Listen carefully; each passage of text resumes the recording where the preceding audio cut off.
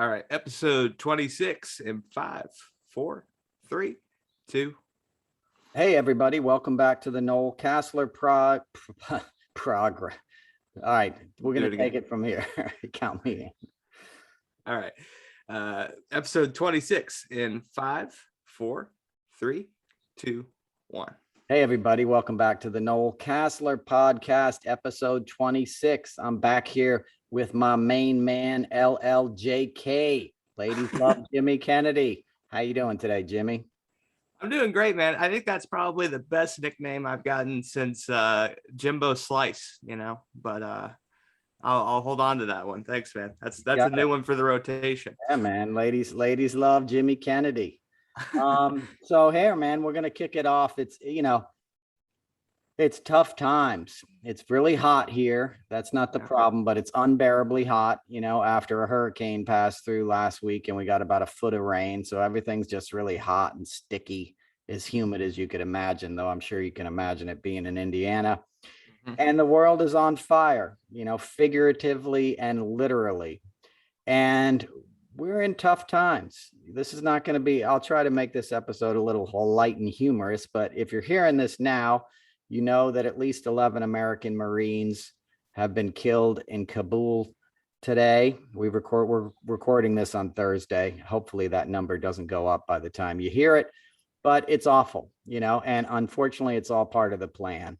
This Afghanistan deal was always designed to blow up in Biden's face, and it's going to blow up now in a way that, I hope you're prepared for, because you're not going to hear anything but Biden got Marines killed for the next 3 years. And that's part of the plan. It's chaos. The strings are being pulled by Putin.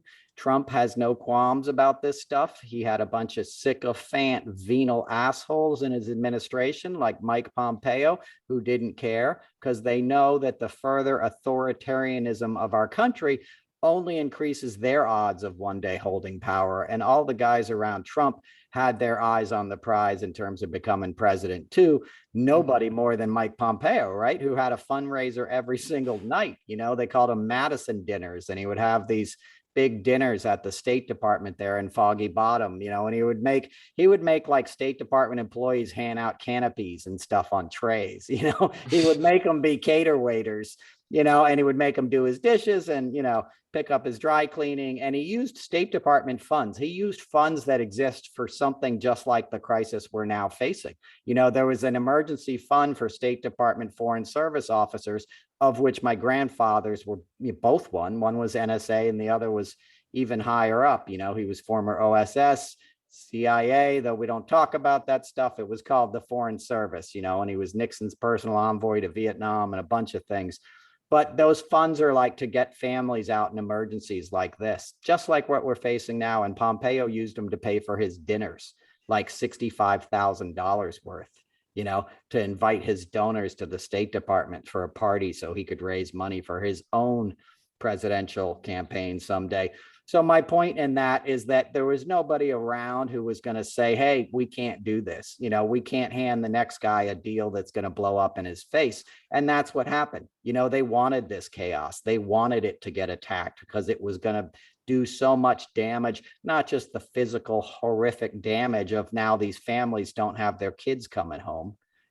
Not to mention the Afghan refugees who thought they were getting out, and now apparently they're sealing the doors and being like, you're not getting into the airport now. Can you imagine? You're sitting there waiting with your children, hoping to escape a country so you don't get slaughtered. And then that happens in front of you. And then you also realize you're kind of going to be stuck now, that it's going to be that much harder to get out. So it's the stuff of nightmares. And that's what, that was the end game. As I always say, Trump was hired to destroy this country, Jimmy. Putin was like, I need to bring America down. How do I do it? Okay, well, there's a bunch of angry white guys, that are disaffected, that are going to fall for this venal, con man, because I'm going to push all their buttons with racism and with xenophobia and with patriotic MAGA bullshit that they've been tuned to react to through the WWE and the NFL and all this other crap, Yeah, NFL's a good game, but all that shit you see at halftime where they unfurl the big flags and now rise, that's propaganda. You know what I'm saying? It's not saying those people aren't heroes that serve, but it's designed to get a reaction out of you. Just like, you know, a Coca-Cola is designed to give you a sugar rush. It's a saccharine artificial way to make people feel something. And if you can make people in large groups feel something, you can manipulate them very easily. Yeah, I mean, a great example directly from the NFL is when they would support the Susan G. Komen Foundation, and they would have every player wear pink gloves and pink accessories, right? That's an easy way to pull people's heartstrings to try to support breast cancer. But when you look at it, that's cause marketing.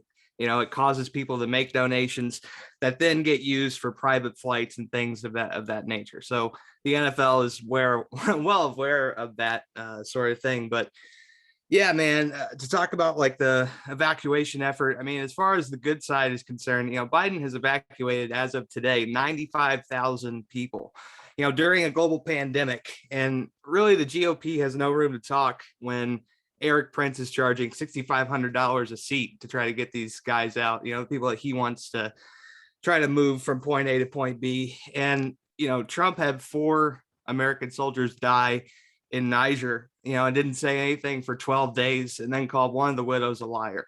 You know, so who's really supporting our military in the time of need? Exactly. You know, and, you know, Trump would call these guys losers and suckers who just died. Right. He doesn't care. You know, he used to pretend that he went to Andrews Air Force Base to greet the remains. He did it one time as president, and one of the fathers of our fallen service members criticized him, and he couldn't take face-to-face criticism, so he never went back. It was one of his campaign lies that he never got called on. You know, he couldn't handle it. He couldn't handle the truth of his actions and the weight of being a commander in chief. So he never went back, though he pretended like he cared about our troops. Nobody cared less about our troops. You know, he was deferred 5 times from Vietnam. He let 5 other people go in his place who weren't born rich little snots in Jamaica estates, you know, and God knows what their fates were. You know, think about that. There's dudes who probably died in Vietnam so Trump could rape somebody in the back of daddy's limo in 1973, you know, high on cocaine. You know, he had no qualms, and his dad had no qualms. He made a podiatrist write out a fake prescription for bone spurs because he owned the building that the podiatrist had his office in Jamaica, Queens, and said, I'm going to raise your rent unless you keep my dumbass son out of the war. You know, and that's not just Trump. A lot of people did. My grandfather was Nixon's envoy to Vietnam, and none of his sons went to Vietnam. You know, they went to private liberal arts colleges. That's how it worked. You know, and I usually don't talk about this, but my grandfather, you know, was in a spy plane in World War II, telling people where to drop the bombs over Dresden to create a cyclone of fire. You know, that was during World War II. He put himself through Dartmouth by playing piano in movies, and his roommates at Dartmouth were like Chrysler and Nelson Rockefeller. Those were his 2 roommates. And my grandfather wasn't from a wealthy industrialist family, and, you know, had to play piano to get through college, and then went, you know, was intelligence in the Navy and OSS, and then helped form some of our intelligence agencies. And then, you know, his cover was foreign service, and my family lived all over the world. You know, my grandparents, they were stationed in Malaysia and then moved up to Vietnam in 63. And my father was sitting on my mom's lap with his brother, his 2 brothers, and his sister in 63 when Saigon fell, when President Dien was ousted, and the tanks were running down the runway. The tanks were rolling down the runway. And again, they had to get out. You know, that was the beginning, Jimmy. I don't know how well you know the history. That was sort of the beginning of the modern Vietnam War.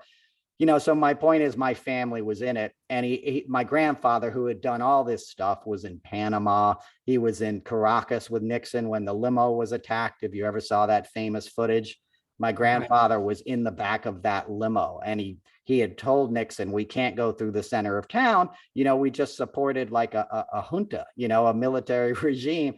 Like, they hate us, you know, and Nixon was arrogant, was like, nope, we're going to take the route from the airport right to our hotel. I'm the American president. Like, I'm going to do it. And of course, they got attacked. It's a very famous thing where all these people surrounded the presidential limo, and they're pushing it back and forth and breaking windows and stuff.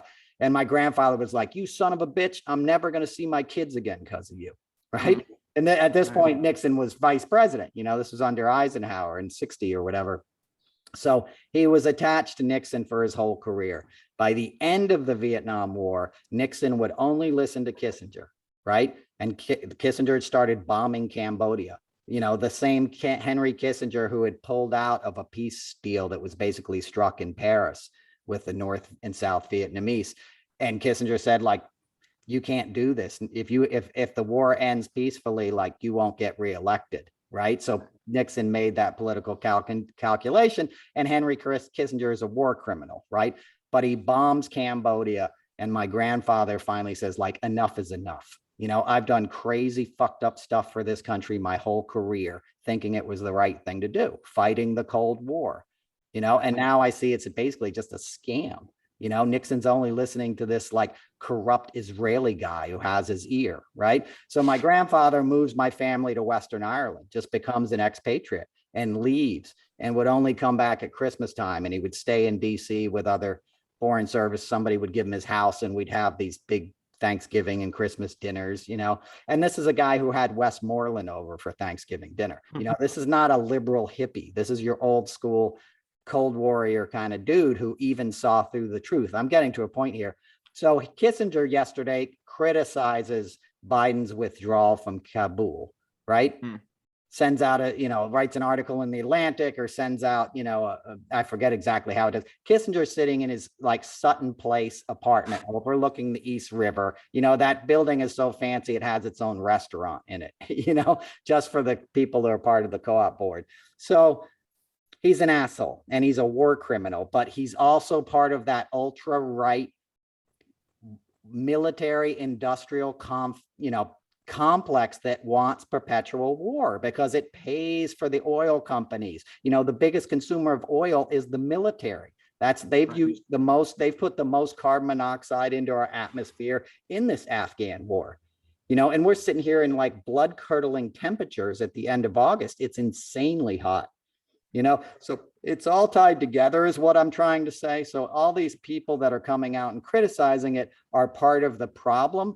And many of them are not just part of the problem, they're war criminals, and they're sort of, they always take it back whenever there's progress. When there's a Jimmy Carter who had gotten the Iranians freed, but the hostages held off until Reagan took office to make it official, because they knew like Reagan was going to be more of a, more of what they want when you want to manipulate world affairs. And this time around, it's more dangerous than ever because we've never had like sort of an army, with their boots on the ground of the American, homeland, which I hate that fucking term. When they came up with like the homeland thing after 9/11, I was like, what are we, Nazis? It's not the homeland, but we've never been in more danger because Trump has weaponized, as I say every week, a subset of the American male. These guys that are showing up at school board meetings and showing up at town council meetings and screaming that they don't want to wear masks.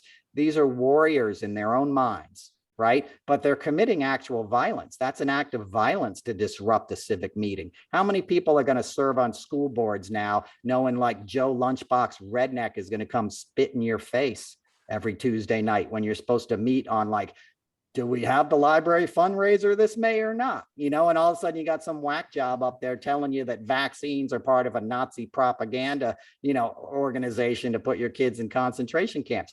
It's insane and it's chaotic, but it's by design. And I'm getting to my point here because like often on Twitter, people, I try to point this stuff out. And the most common response I get is they're not that smart. No, he couldn't think of all that. People love to say that. It makes you feel better to say Trump is really stupid on Twitter. And I'm not saying he's a smart guy, but he's not in charge. Putin is, and Putin's a smart guy. And the guys that work for Putin in the United States, your GOP guys, all your Mitch McConnell, all these guys that are doing, your Stephen Miller, these guys are devious. So it might make you feel better to say he's not that smart. I wouldn't give him that much credit. It's designed, like Trump knows that. He knows you think he's a fool. People have been underestimating him his whole life. You think he doesn't know his hair looks stupid? He knows it. It's part of his con. He comes out there like Ronald McDonald, like this big dumb carnival barker. Listen to him behind the scenes. It's not the same guy. He knows what his interests are. Listen to him on that call to the Georgia Secretary of State when he's like, hey, I just need 11,375 votes, one more than I need to switch the election. That's not a fool with dementia. That's a guy who knows what his self-interests are and goes about them in a predatory fashion, like a shark or something. He's always circling, figuring out what his needs are, and he'll do anything or eat anything to get it. So my point is, it might make you feel better to say he's stupid, right? It's just like it makes you feel smart to watch that game show. What's the Wheel of Fortune? You know, Right. Wow, I figured it out. It says Camry, a green Camry. You know what I mean? Like, Right. You're not smart. You know what I mean? It's designed to make you feel smart. You just lost a half an hour of your life watching that shit, you know? But a lot of America is about making dumb people feel either superior or smart. It's just like you said about the football thing and everyone's wearing pink socks, right? Breast cancer, a lot of that cause of it is from the hormones that they put in milk, right? When you start playing football, what do they say? Better drink your milk. You want to play football this year. You want them strong bones. You know where the lowest cases of breast cancer in the world are? Up in China, where they don't drink cow's milk. You know, there's a village in the mountains of China where they don't drink another mammal's lactic, fluid. It's gross when you think about it. You know what I mean?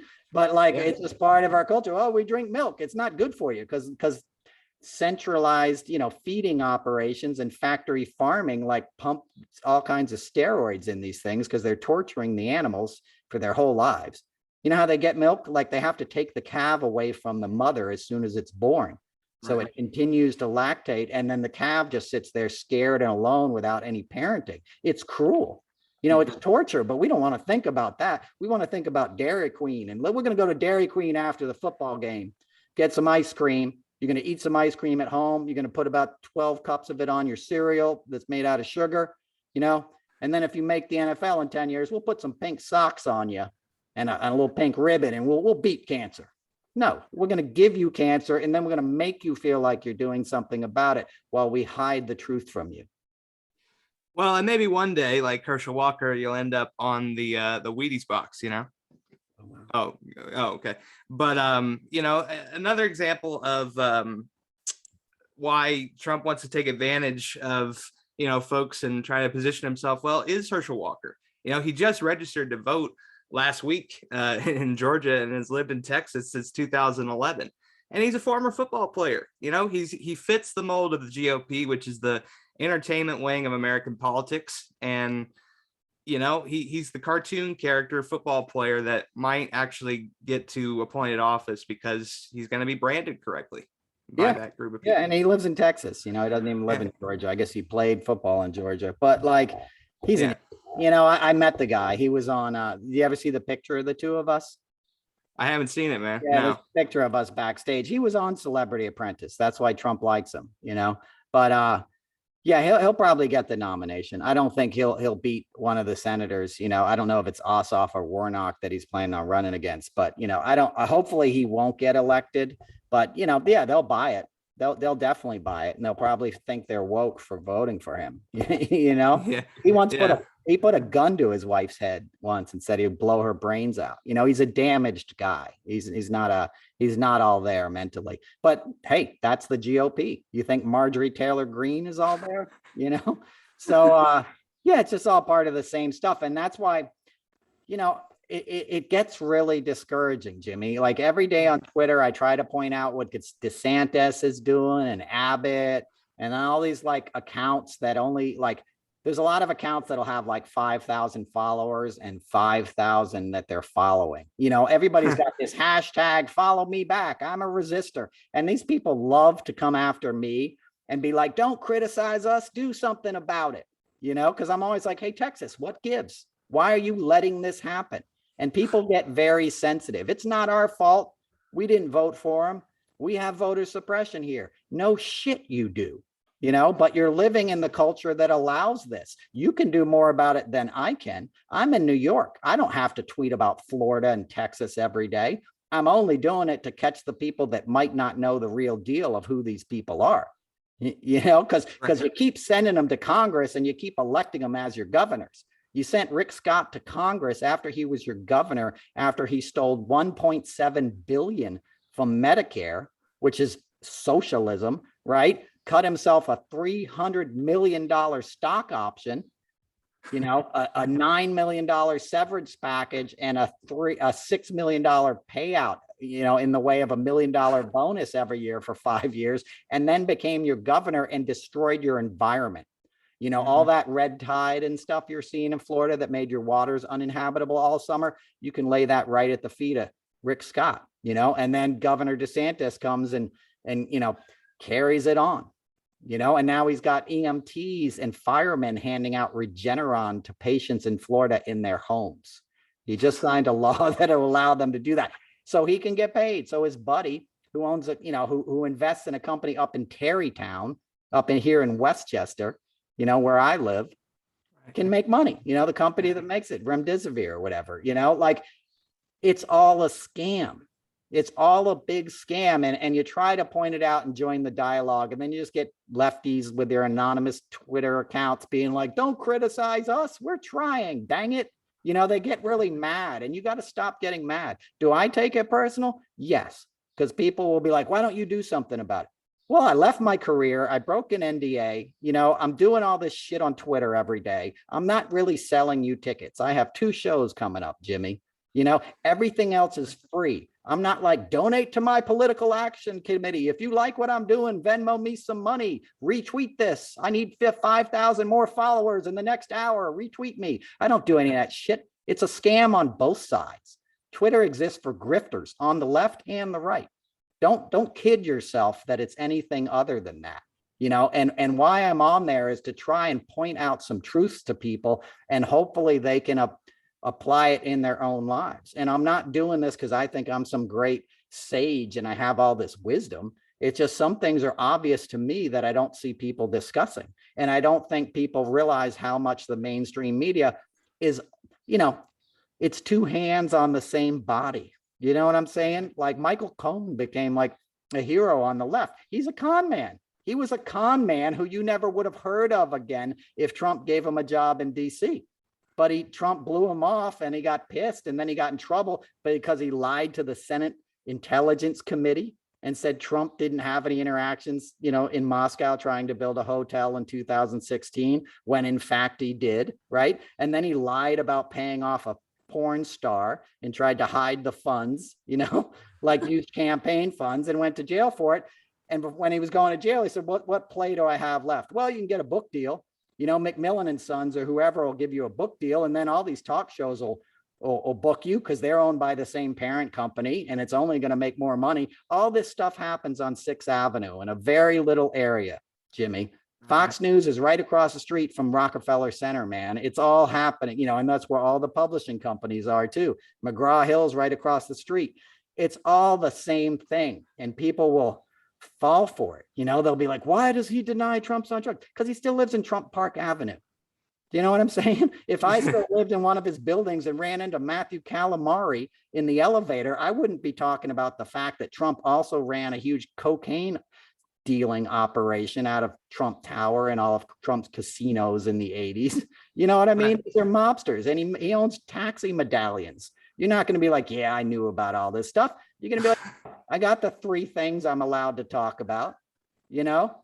And like, people forget, and I know I've said this before on the show, but like when Trump got elected, Michael Cohen was the guy who flew around to corporations and said, if you want to do business with the Trump administration, you have to hire me as your lawyer. And he did that to AT&T, who was trying to do a big merger at the time, and I believe AstraZeneca. And these guys paid him millions of dollars. He basically shook them down. And I believe that's probably why Trump didn't take him to DC, because Trump found out about it and was like, oh, he's making money off my name and not giving me my piece. You know, that's how mobsters are. They find out you've got a side hustle, you get whacked for that kind of stuff, you know? So he essentially got whacked. But, you know, nobody around his orbit is not a con man or not in it for themselves. You know, I won't even go back into CNN, but like, it's the same scam, you know, and this scam has worked so well that we're a country divided and a country on fire. Yeah, I mean, I was gonna say, for a country that calls themselves the United States, from state to state, it's kind of like a different country. Florida itself, if it were a foreign nation, we wouldn't allow people into it because of the COVID numbers that we're seeing. And you mentioned Rick Scott and the way that he was able to skim money out of, socialized medicine. Roller Texas Ranger down in Texas, has gotten 3 shots, a Regeneron treatment, all on the people's dime. And yet he's the one discouraging vaccines and is sending out executive orders to go against, private business and mandates besides, government. So it's just chaos. Like they are legitimately trying to extend a nightmare for Americans, and it's disappointing. Right, because it's not a nightmare for them. They're making money off it. DeSantis doesn't care about like the schools in Florida becoming a disaster. When DeSantis got out of high school and he needed an education, he went to Yale and Harvard and Navy JAG School in Newport, Rhode Island. He didn't go back to Florida. He didn't go to the University of Miami Law School. He went to fucking Harvard. You know what I mean? He got the skills he needed. Then he went back to Florida. Well, then he went to Iraq and Guantanamo Bay and probably signed off on the torture, of a bunch of people in the name of democracy, got good at it, became governor of Florida by cheating. People forget that race wasn't a legit race. He went after the other guy in a messed up way, the guy that they found later in a hotel room smoking meth. He won by like a slim margin of votes, just like Governor Kemp. He won by malfeasance. So these guys cheated to get in. And once they get in, they're like, I'm the boss now and I don't care. So what I say goes. He doesn't care. He's fighting with Disney about vaccinating people, on cruise ships. Just insane stuff, but it'll work. And even if he doesn't get reelected, he'll have the Ron DeSantis show on Fox News, in 2024, right? I say it like a joke, but it's not a joke, Jimmy. These guys don't fall far. Larry Kudlow has a show on, Fox Financial right now. I've known Larry for a long time. He was a crackhead. He was my neighbor who would smoke crack on my block. That's not a joke, Jimmy. You know what I mean? I knew him as a sober guy, and then he relapsed and went to DC and got drunk on camera every Sunday morning and told you there was no COVID. It's all good. The economy numbers are great. Slurring his word because he's drinking scotch for fucking breakfast. You know what I mean? And where does he go when it ends? The most criminal administration in history that killed 600,000 Americans. Where does he go? He gets a multi-million-dollar contract at Fox News. So these guys know that. They know that they're not really going to be held accountable, and if they are, it's going to be Benny Thompson, who's the chairman, I guess, of the January 6th committee. I don't know what the exact title is, but Benny Thompson is the guy who asked for the phone records yesterday of everybody. And that's going to be interesting. That's the first time I felt a glimmer of hope that these guys are screwed. And I don't mean screwed like they're all going to go to jail. Trump will never go to jail, but he'll start throwing the other ones over the side of the boat. We're taking on weight. We got to get rid of some cargo. We got to make this plane lighter if we're going to land the Millennium Falcon. Let's throw out Jared and let's throw out Don Jr. Definitely like somebody like Jim Jordan will become hamburger meat in the grinder of corruption that is the Trump administration. How that fool thinks he's not going to be one of the first to go. They'll make him the scapegoat. Well, like you said, he probably threw his phone into the Potomac by now, and Trump's got copies of all this stuff. You don't think he has records that he can hold over them? Like you mentioned on Twitter. Trump's got all of the materials and resources he needs to nail all of these guys, and they're human shields. We've said it time and time again. He puts layers between himself so that it doesn't look like he's the one with the criminality. Yeah, and Ivanka's smarter than all of them, and Ivanka runs the show, as I tell people all the time. And there's a reason Ivanka was down there on January 6th at that rally. That's not the kind of thing she would normally go to. And White House aides were even quoted as saying to her, like, what are you doing here? You haven't been to any of the last rallies, leading up to the election. And all of a sudden you're here at this whack fest, on January 6th, where he's going to give a speech a month and a half after he lost, or a month after he lost. And she was there because she knew what was going down, right? She knew about all the conversations. She knew there was a meeting the night before in Trump Tower. with the Tommy Tuberville and Roger Stone and Mike Flynn. And she knew they had Mike Flynn's brother in on it at the Pentagon. She knew there was a stand down order, right? And in the book that was written about it, Carol Linig and I forget the other author's name. Philip Rucker? No, yeah, Philip Rucker, right? Washington Post, right? Right. So they wrote a good retention of facts there, Jimmy. You get a raise. You go from $0 to $0. But anyway, yeah. So all of these quotes by her were very strategically inserted into the narrative that they recreated about that day. But the glaring thing is, like, what is she doing there? She knows it's bad, and it's not the normal, like, well, let me be nowhere near there since it's bad. It's so bad, let me see what's going down and let me see who I can throw under the bus. Let me collect all of the data I can so I can then use it against these other people when I have to. And that's why she was there. If you're going to turn state's evidence, or you're going to have any kind of bargaining power in a criminal investigation, the more you know and the more you can supply to the prosecutors, the more valuable a witness you become, and the better your chances are for getting off yourself. So she's like, I'm going to be here so they don't pin anything on me. I'm going to see what's going down. Right. And Don Jr. is coked out of his head, and, his girlfriend is dancing, doing the Macarena or whatever the hell they were doing, but Don Jr. gave a speech that they played on Maddow last night, or whatever, the Larry O'Donnell or something, where he was like fired up. He was like, now's the time to stand and be counted. Are you going to be a hero or a zero? He was gacked out of his mind, but they were fighting words, just like Rudy Giuliani, like, let's have a revolution by combat or whatever, trial by combat or something. This is insane. This is the United States, and people bought it. And just like they're buying it now, and what they're going to buy now, because Trump, already kind of said, what did he say yesterday? Right. As I said, we're recording this on Thursday, the morning we heard about these tragic deaths of these Marines and other innocents in Afghanistan. Right. Yesterday, Trump put out a message and said, Biden's going to get people killed. ISIS is going to come back and attack people, because they all knew it was happening. The Russian news agency opened up their morning broadcast this morning with a chyron that said, waiting for deadly attacks at Kabul airport. Like, they all knew it was coming, and obviously intelligence agencies told everybody it was coming, but they knew something specific was coming, and they had the tape rolling, and Trump was ready to, like, gin up the base. Hey, they're going to make it more dangerous. Biden's going to screw up your America. And then what happens today?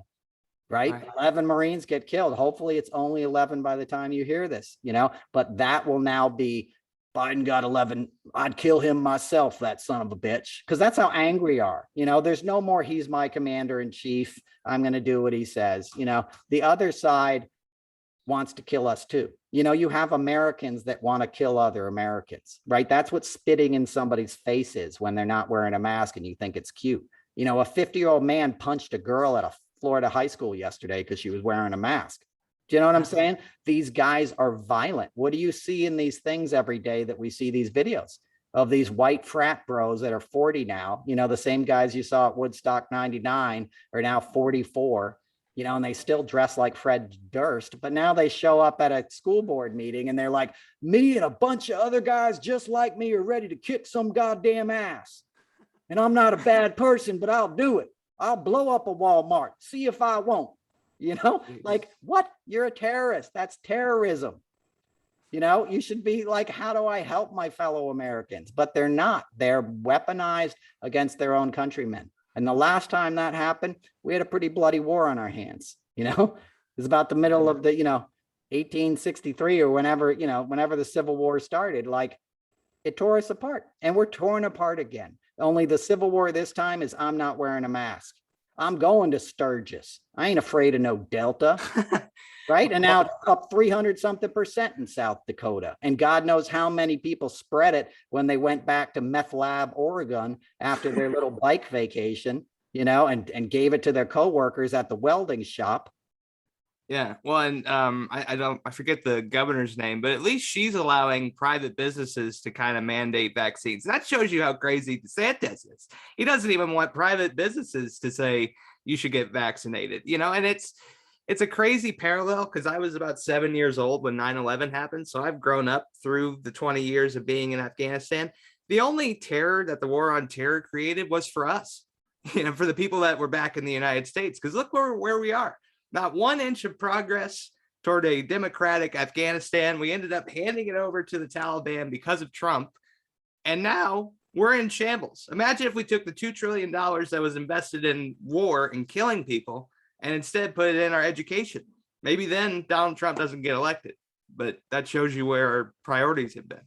Absolutely. And if we had spent it on the environment, if we'd spent the last 20 years on our infrastructure and on trying to like transfer stuff into green renewable energy, there's so many little things that people don't pay attention to, and they don't even want to, like there's ice cream trucks in New York City, right? These soft serve like ice cream trucks that come around like when you're a kid, but they're powered by these diesel engines. These diesel generators operate the refrigerators in the back of these trucks, and they kick out like 1970s technology diesel smog, and they park them along Fifth Avenue at the entrances to Central Park.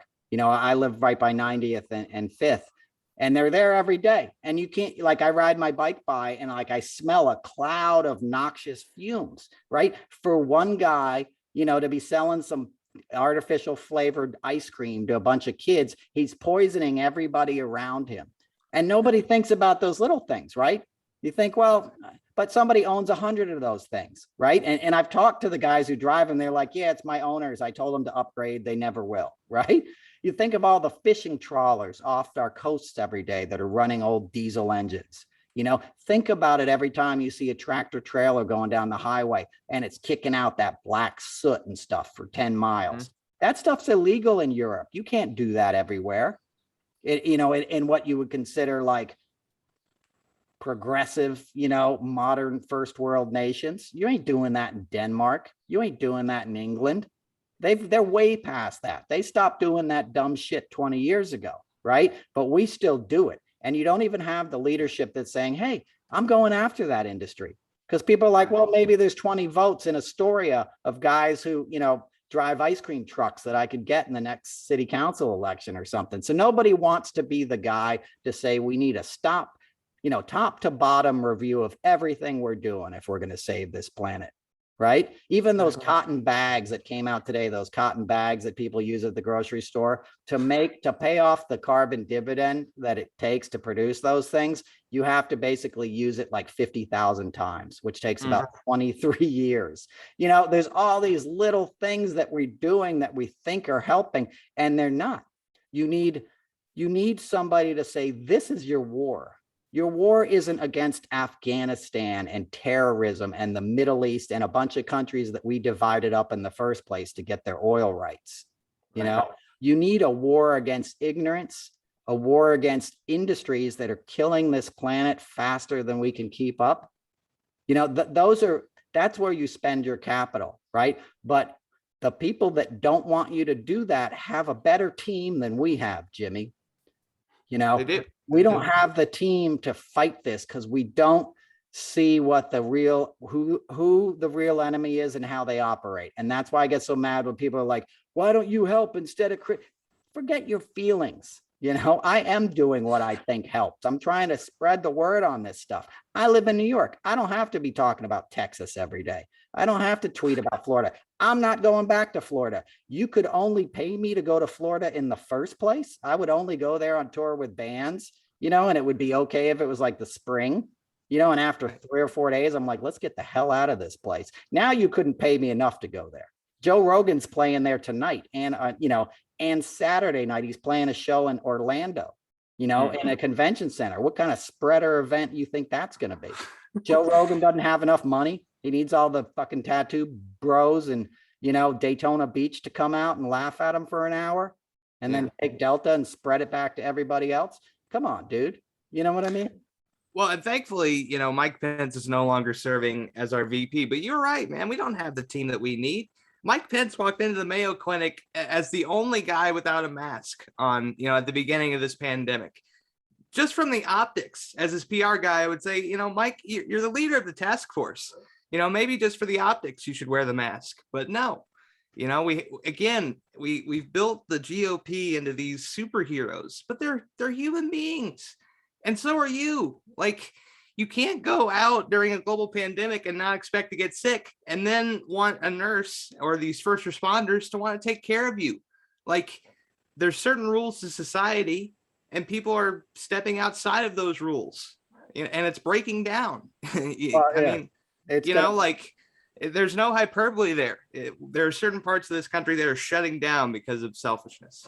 Oh, you haven't seen anything yet, Jimmy. It's the end Yeah. of August. Wait till September starts. Wait till the Right. second week of September and see how many schools in this country have kids in quarantine. God forbid kids sick or shutting down again. This thing could be over.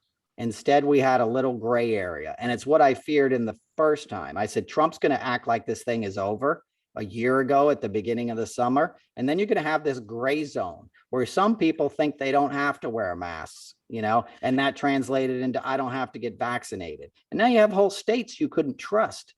I wouldn't go to Louisiana now. I love Louisiana. New Orleans is probably my favorite city in this country. You know, you can't go to these places anymore. And you won't be able to go to them for years because this stuff isn't going away. You know, these viruses mutate. You know, COVID-19 was called 19 because it was the 19th strain of this stuff. That's what it does. It figures out how to get around whatever biological safeguards you put in place. And a vaccine wasn't a cure-all. It was just the first thing we had to begin to defend ourselves. It's like if you're playing hockey and you're the goalie, you know, and then like you keep getting pucks in the face. And then somebody's like, here, I got a mask with a hole in it, with a bunch of holes in it. Put that on your face. You know, and next time a puck hits you in the face, you might not die, right? You're going to wear that mask. But people with vaccines, like, I'm healthy. You know, Matt Gaetz, I don't even want to talk about Matt Gaetz. You know, he just said, like, I'm in Congress and most of the people in Congress are 58 and fat, essentially. He called them obese. You know, it's like, what do you think Florida is? You know what I mean? Florida is old fat people. That's what it should be called. We got your fat people and your wrinkly people, and we all come together down at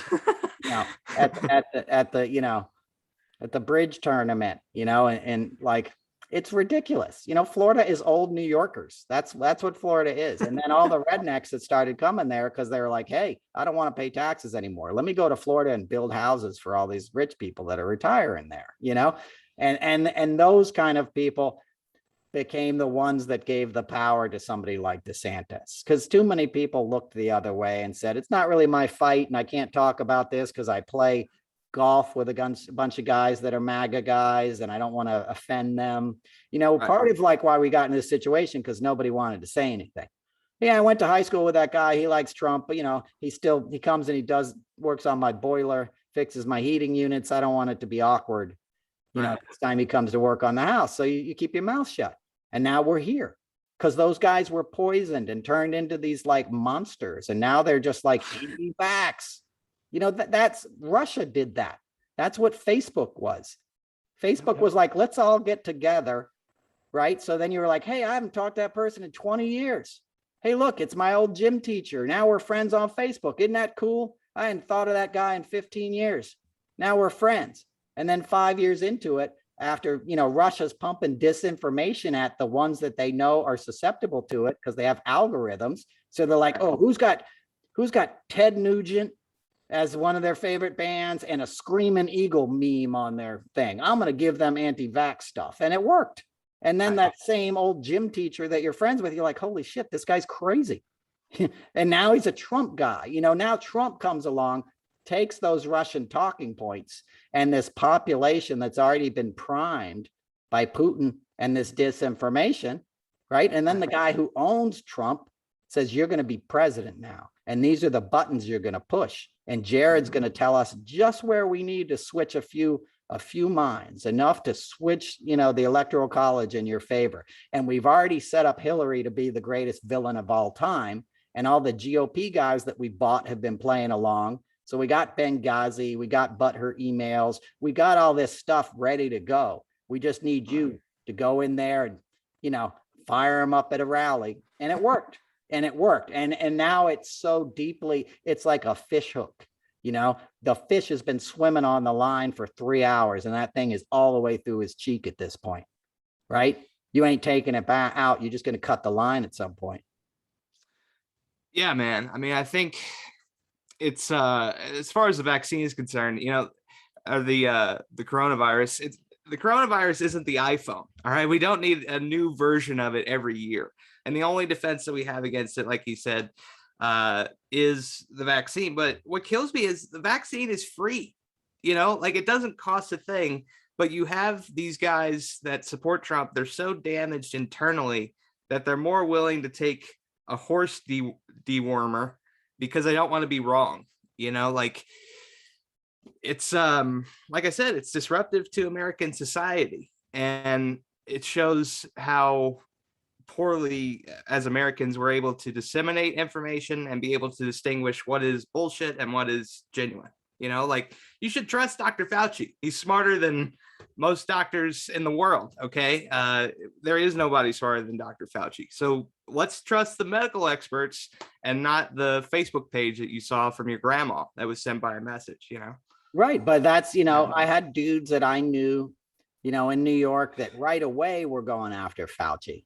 Last April, last May, last June, guys I had to delete that I was friends with, construction worker kind of guys, New York area guys, Staten Island, Bronx, guys vacation on Block Island, those kind of, those guys, Montauk guys, and they were like, yeah, Fauci, fuck him, man. Fuck Fauci. Like, what? You don't know why you're saying that. He went to Regis High School. He's the head of the NIH. The guy spent his life figuring out how to, cure incurable diseases, including HIV, there's no cure for it, but there's treatment that keeps people alive, So what makes you, whose job it is to put like nails into drywall after the other guy holds up the piece of drywall between the two studs in the wall, you who does that for 8 hours a day, takes a little OxyContin, goes home, has a few cold ones, watches Fox News, gets on Facebook, on your way to the job site the next day and says, fuck Fauci. Yeah. Where did you get your expertise? You didn't, but you're angry, right? And you have a culture that's been selling you anger since you were a kid, right? We said Woodstock 99. I was there. It was like, all these bands that were designed to enrage people, and I walked around. I'm like, I wrote songs about this back then. It was like, what are you so angry about? Right. You're white. It's already breaking in your favor. You're already going to do less time if you commit a crime, right? You're already less likely to get pulled over by a cop, and he's probably going to let you go if you're drunk, you have beer on your breath, especially if you know another cop and can produce their business card. Then you got a get out of jail free card, right? He's certainly not going to pull you out of your car and beat the hell out of you or shoot you in front of your wife and kid, as happens to African Americans all the time, right? So it's already your world. You're just so angry that it's not all getting handed to you, right? And there's corporations that understand that you'll buy something that addresses that anger, right? So it starts out in a Limp Biscuit or a Corn or something. These were corporate guys. They were making millions of dollars. This wasn't punk rock. This wasn't hip hop, which was wonderful and came out of nothing, came out of the South Bronx and a part of the country that was forgotten about. And spread all over like wildfire in a good way, and gave us South Central, guys that were like Bob Dylan, man. Those guys were telling us the truth. NWA, Ice Cube, these guys were talking about stuff that was really going down. They were getting targeted by Rampart, by a corrupt police department, was beating the shit out of them and killing them, right? And they wrote about it. And white America was like, whoa, that's too much. Fuck the police? No, I don't think so. Well, they were right. Fuck the police. You know what I mean? I'd say that too if they're beating the shit out of me, and killing me. Yeah. Right. But white America was like, no, we'll sell you this. At the same time, we'll judge it. Do you see where I'm getting at here? Who went to see those concerts? White kids. Right. So corporations were like, well, there's money to be made here. We'll condemn it politically, which will make it even more taboo and appealing to the suburban, sons of the CEOs that are selling this stuff at Time Warner, right? So we'll make money on the back end. We'll demonize a people and a culture that our whole society is based on demonizing. We'll get them all ginned up on anger for now, and then we'll use it later on when it becomes politically expedient. And that's what happened. Trump was the later on. right? Trump was the result of decades of manipulation, both by corporations, oil companies, and Vladimir Putin, who started buying up politicians in DC when the Soviet Union fell. I was sitting in DuPont Circle the day that happened. I was a bike messenger. DuPont Circle's in DC, Jimmy. But anyway, I was sitting there. You know, I saw when the Soviet Union fell.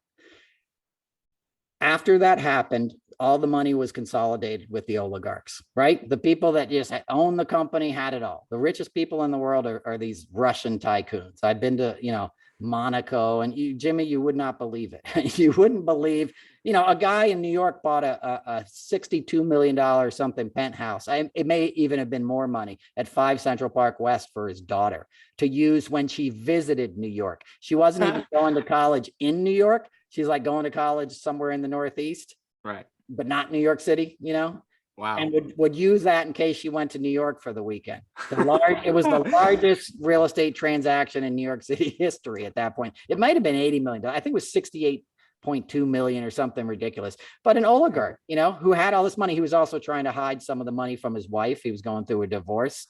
So a lot of people do that. That's what Trump did. He put everything in his dad, Fred Trump, put everything in his kid's name so he wouldn't have to, you know, pay taxes on it. Just like Trump probably put stuff in Tiffany's name. You know, Tiffany got left out of the record list, right? They're like all of Trump's adult kids except Tiffany, which is hilarious, okay? Because my job was taking care of the Trump family on The Apprentice, and I didn't even know there was a Tiffany until 2016. I was like, oh, there's a Tiffany? You know? Right. So, because she wasn't photogenic. She wasn't, you know, what he thought was attractive. And she's trying to become like Ivanka. You can see she got all the hair and trying to do it. But, you know, nobody's going to take the place of Ivanka and Trump's disgusting predatory heart, you know? Well, and you tweeted this earlier as well, man.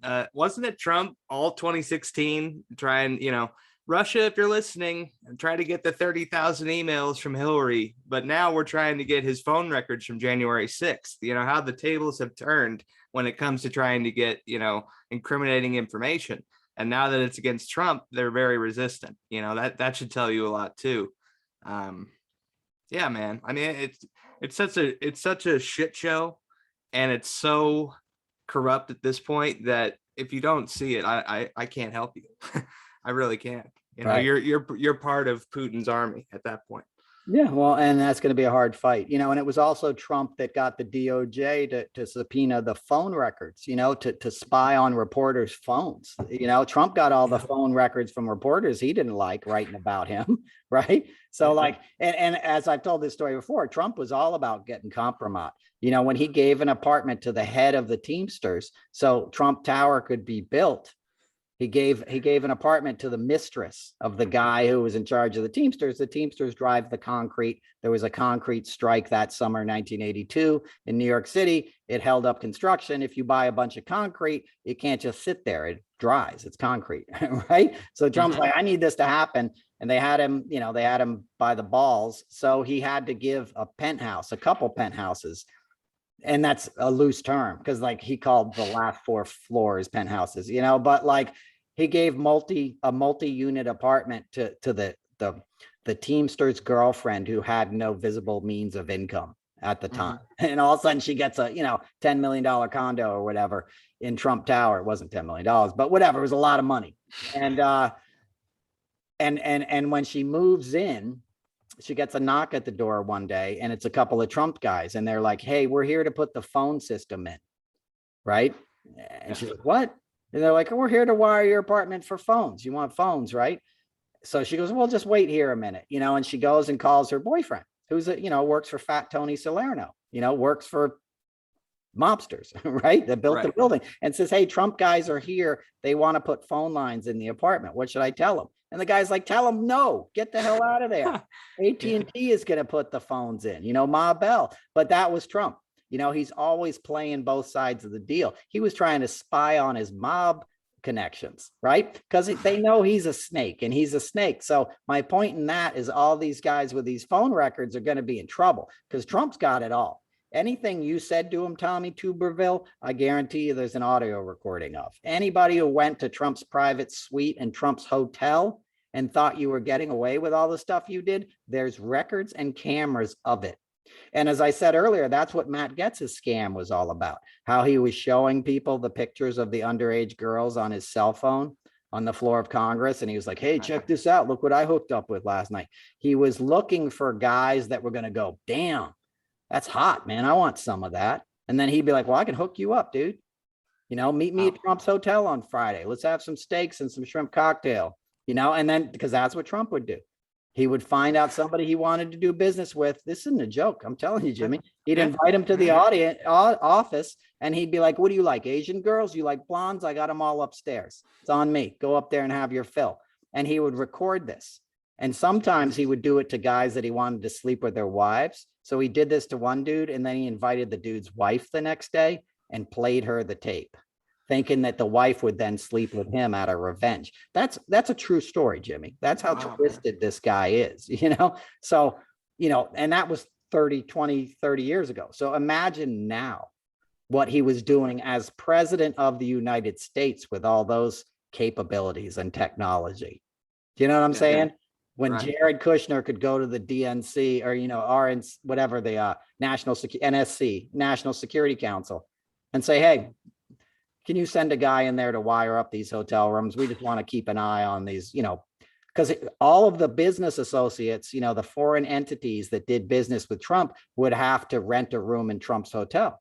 People forget, but that was an original part of the scam. Like, oh, Gutter just rented $50,000 worth of hotel rooms because, you know, one of their guys is going to have a meeting at the White House next Tuesday or something, you know, so it was like paying a tithe or whatever you call it. You know, they were giving a tip to the mob boss. Like, to do business, you got to show some respect.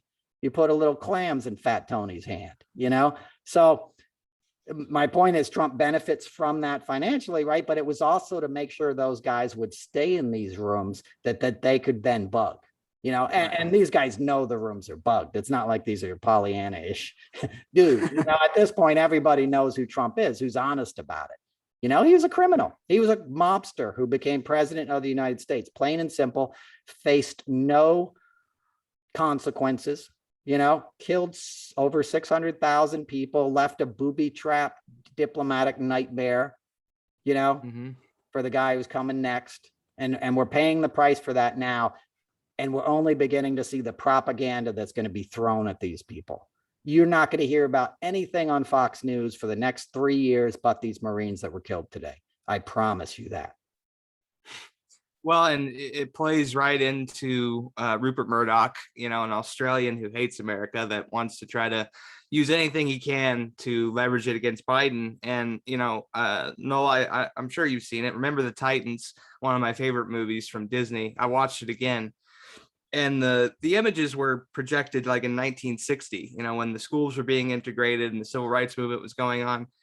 It looks the exact same now, except you have a pandemic also going on and global warming on top of that.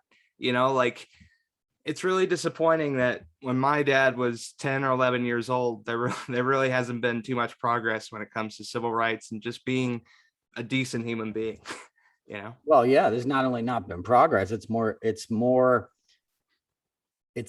militarized. Well, you didn't have cell phones back then. You didn't have social media. You couldn't bring all the guys together that were into this bad stuff and have them meet up in chat rooms and make up little patches and dress up in cosplay shit and go out in the woods and train with assault rifles back then, right? Back then, a gun was like a 6-shooter and a shotgun and a rifle. You know what I mean? You didn't even have AR-15s. They hadn't been invented yet. They were invented in the Vietnam War to cut through jungle and still kill somebody. That was the point of those munitions, because it was thick foliage and you couldn't see the enemy. So they're like, we need a gun that could just knock out all the foliage and still be powerful enough to kill the person I'm trying to kill. And now the NRA is selling you those things and people think it's their right to be able to have one. You know, and people walk into malls and classrooms and everywhere and concerts and open fire on their fellow citizens with weapons of war, right? You didn't have that. You didn't have a president racistly calling people, you know, by racist derogatory terms as Trump did to Asian Americans at the outset of the COVID crisis, right? Malcolm Nance is one of the smartest guys I know in foreign affairs. You know, somebody called him the N-word on Twitter. Lots of people did this morning. You N-word, you know, that you didn't have that before. You didn't have, I'm not saying you didn't have racism. You certainly did. And they would lynch people, but people got lynched last year too, and it never got investigated, right? There was all these mysterious hangings of young Black men across the country. Nobody wanted to pick up that story, but it happened, and it was suspicious every time, right? So it's just more, it's more out in the open now, and it can be spread and seen as appealing to these people on social media. You know, back then you had an opposition to it. You had Dr. King, you know, you had Malcolm X, you had the Black Panthers, you know, and you were warned as a white American, like, they're bad. They were feeding kids lunch. You know, they were good. I knew Afeni Shakur, who was a Black Panther. She was Tupac's mom. You know, I got to meet her. She was brilliant, you know, but you were demonized against it. And if you did hear about it, you know, and Troubles in the South, you heard about it in a Bob Dylan song. You heard about it in a Pete Seeger song. You heard about it in progressive ways where most of America was like, this is wrong. Let's get on buses and go down to Oxford, Mississippi and try to help out if we can. Progressive Jewish people in America had a big role in that. You know, my mom and grandma, you know, marched with Dr. King in DC. You had the March on Washington. You had nonviolent opposition to this. You know, you had the, you know, the Berrigans, you know, opposing the Vietnam War. You know, have you ever heard the Radical Priests in the Paul Simon song? That's who he's talking about, Philip and Daniel Berrigan. You know, Catholics that were against violence and that were living to honor the teachings of their religion. And now religion has been weaponized, right? How many times do you see God, proud Christian, love MAGA, guns first, 2A, as somebody's like Twitter bio thing, right? You know right away, like, oh, I'm never going to reason with this person. This person's got a house full of guns, thinks they're a Christian as they sit down and eat their pork chop that was raised, you know, that's an animal that was tortured, you know, in some factory farm in North Carolina where you can't breathe within 5 miles of the place because it smells like pig shit. You know what I mean? And you gave this horrible existence to this living creature that you're now stuffing down your throat, right? With your closet full of guns, watching Fox News and some fat old drug addict in a diaper tell you that Biden's a bad guy. And that Kamala one's got a funny name, Kamala, however you say it. You know what I mean? You didn't have that. You didn't have so many people feeling so good about being racist as you did. As you do now, Jimmy. That's the danger. You know, we've gone backwards when we should have gone forward, and we're stuck now. You know, now we're stuck in this place that it's going to be very hard to get out of because the anger is going to consume everyone, and it's designed to do that. And it consumes me. I get resentful. I get pissed off. I want to be working on my jokes. I got a show coming up. I don't want to be on freaking Twitter all day. You know, but it's hard to look away if you care, because if you can see the big picture, there is nothing good on the other side of this until we really get serious about it. You know, and not to say we're not serious about it, but until we figure out what the solution is. And I don't know what that is. We're not at the point of this war where we see how we can win it yet.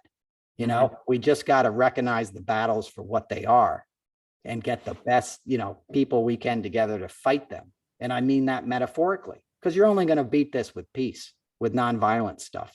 You can't match violence with more violence. It doesn't work. It's the curse of the house of the Atreus.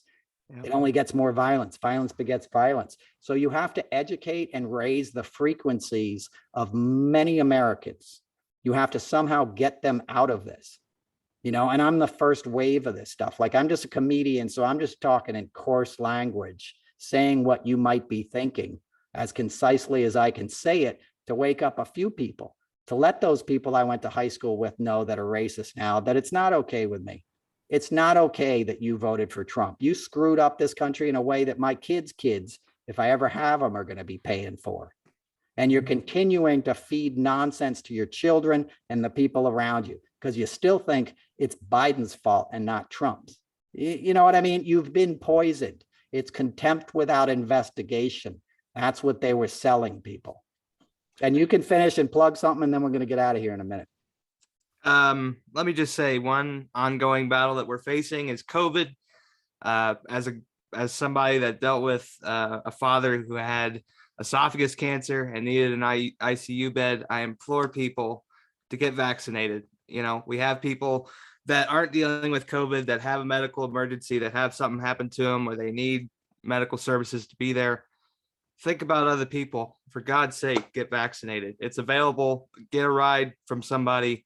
It's bigger than you. Get vaccinated today. Yeah, definitely get vaccinated. And that's one of the, that's the casualties of war, are the people that are going to have a stroke in one of these red states that don't have ICU beds, that are going to get a diagnosis for cancer and need surgery this week, not a month from now when the ICU, when the operating rooms are open again. You're killing people. That's why I say it's a war. It's designed to do this, Jimmy. And if you're not in a place that has a handle on it, I'm in New York City. You get something bad happens, you're going to be able to get into a hospital here, and they're going to be the best in the world. I don't think that plays out the same way in South Dakota, right? And you're not probably going to go to the hospital because you're already seeing that they're all full and everything. So you're like, well, I'll get this looked at next week, right? And then next week never comes, or next week comes and it's too late. That's what's happening. It's what's designed to happen. You know what I mean? I do, man. It's unfortunate that society has gotten to this point, but we can fix it. Raise the vibration, folks. We can. So yeah, there you go. And speaking of a guy who raised vibrations, Charlie Watts died this week. You know who Charlie Watts was, Jimmy? Drummer of the Rolling Stones. Saw it on Twitter, right? You saw it. You didn't know? I unfortunately I didn't know that was the name of the drummer, but I know the Rolling Stones, of course. So, okay, yeah. You more of a Mick Jagger guy. I know the front man than the guy playing drums. Right on. Well, I'm more of a Charlie Watts guy, and I worked for the Rolling Stones. So I worked on the Gurr tour, and I did a bunch of, it wasn't a bunch. We did a few shows on the East Coast, and we did the 12/12 benefit, which was a big Sandy benefit at Madison Square Garden. And one of their longtime tour managers also happens to tour manage Crosby, Stills, and Nash, who I worked with very extensively. And so when the Stones were doing this leg of the tour on the East Coast, they said, we're going to have some special guests and we need some people to come in and handle it. So a guy named Ken Ehrlich was filming it, big TV producer, did the Grammys and stuff. So it was like a pay-per-view kind of thing. And we had Lady Gaga and Springsteen and all these people sit in, John Mayer, people that you would like, even the young folks, And so it was this gig I had, and you had to get sort of approved by their management. So I got approved because this guy I know, I'll keep him out of the show, but he still works for them. So he was like, yeah, Noel's cool, and we had a couple guys from the CSN crew on that Stones tour, and actually 3 or 4 now that I think about it. Same kind of world. Well, the Stones are the big boys, this is a bigger level than CSN at now. They were big arena tour in 74, but we were playing theaters and these guys are playing, anywhere they want. It's the Rolling Stones. But when I get there to this one particular show in Newark, and I believe Lady Gaga was opening that night, they're like, no, they want to see you in the tour manager's office. And I was like, oh man, like, what did I do? Like, why am I getting called to the office? Because we had a big chorus that was singing. I had to deal with all this chorus and everything. So I go in the office and they say, hey, we're told you're just the guy to do this. You're going to help out such and such here, works with a publicity team. And there was this like pretty English girl who was one of their publicists. And she's like, yeah, we're doing a Twitter campaign and we need you to dress up in this costume. So it was a gorilla costume because the theme for the tour was like Gregory the Gorilla, I think he was called. And they wanted people to follow their Twitter account. So they were giving away like ticket upgrades. So they're like, hey, if you see Gregory the Gorilla, say this word and tweet it at Rolling Stones, Twitter, and we'll upgrade your tickets, right? So I was Gregory the Gorilla with a handful of these ticket upgrades. And I'm around the bowl of Newark Arena, whatever it's called, some company, where the Jersey Devils play. And I'm walking around this arena and nobody's tweeting because like everybody there has spent $500 to $700 on the tickets anyway. And they're all like, middle-aged people in like Von Dutch t-shirts and like the $300 jeans that you buy in Vegas. You ever go to Vegas and they have these clothing boutiques? It'll be like, it's all like bedazzled stuff, and it'll be like $300 jeans with all the filigree on the pockets, and you're like, Yep. who would buy that crap? Where they're just trying to take their money back, if the casino wins any. So it's like all those kind of people basically at this Stones show, that are buying this to, impress the wife, and because they're all like Botox, 60-year-olds in tight jeans. It's that kind of crowd. Nobody is tweeting. So I'm just walking around like an idiot, and I don't even think we gave out any tickets. And I walk back. I think, I was just like, just give them to somebody or whatever. And I walk back into the backstage area, and I pass Charlie Watts, who's walking by me in the hall. And he doesn't break a stride, and he doesn't say anything, but he just kind of cocks his head and he looks at me and he gives me this little like sly smile that he had, which was like this all-knowing, like, yep, it's a circus, isn't it? Like, so he was of it, but not in it, and that was the grace of the guy, because he was like this gentleman who always dressed in Savile Row suits and just was put together and clean shaven all the time, and he was like the drummer for the original kind of bad boys of rock and roll, their image anyway, was one of this like crazy, rock and roll guys. In reality, they're a lot more mellow, but not that they didn't do wild stuff, but in their day. But he was just this gentleman, who was a big jazz aficionado and a brilliant drummer, like literally one of my all-time favorite drummers, because he was just simple and in the groove. And I don't mean simple in a negative way. He just listened to Honky Tonk Women when we finished taping, and just hear that intro, dude. And it's like some of the baddest drumming ever. So he passed away this week. He won't be replaced. That was the Rolling Stones in many ways. He was the most talented musician in the band by a mile. And not that, Keith Richards isn't great at writing riffs and stuff, but, Charlie Watts was the sound. They saved up their money to hire him when they were just starting out, and once they knew they got him on board, they knew they had something. So they lost that something. It's irreplaceable, but he brought joy to people's, lives for 60 years making music. So what more of a legacy could you leave behind than that? Yeah. So Charlie Watts, rest easy, brother. So that's episode 25. You can catch me at noelcasler.com. I will be at the Rams Head September 16th, 3 or 4 Thursdays from today, and it's going to be a great time. So come on out. Noel Casler Comedy on Twitter. You can find links to tickets and all that. Jimmy, where's your website thing? jbkonair.com, everything there, including my Twitter and Instagram. You can follow me there at jbkonair. So, well, there you go. Thanks for listening, folks. Stay safe. I hope it's not another crazy week, but it's probably going to be. So we love you, and be well. Peace.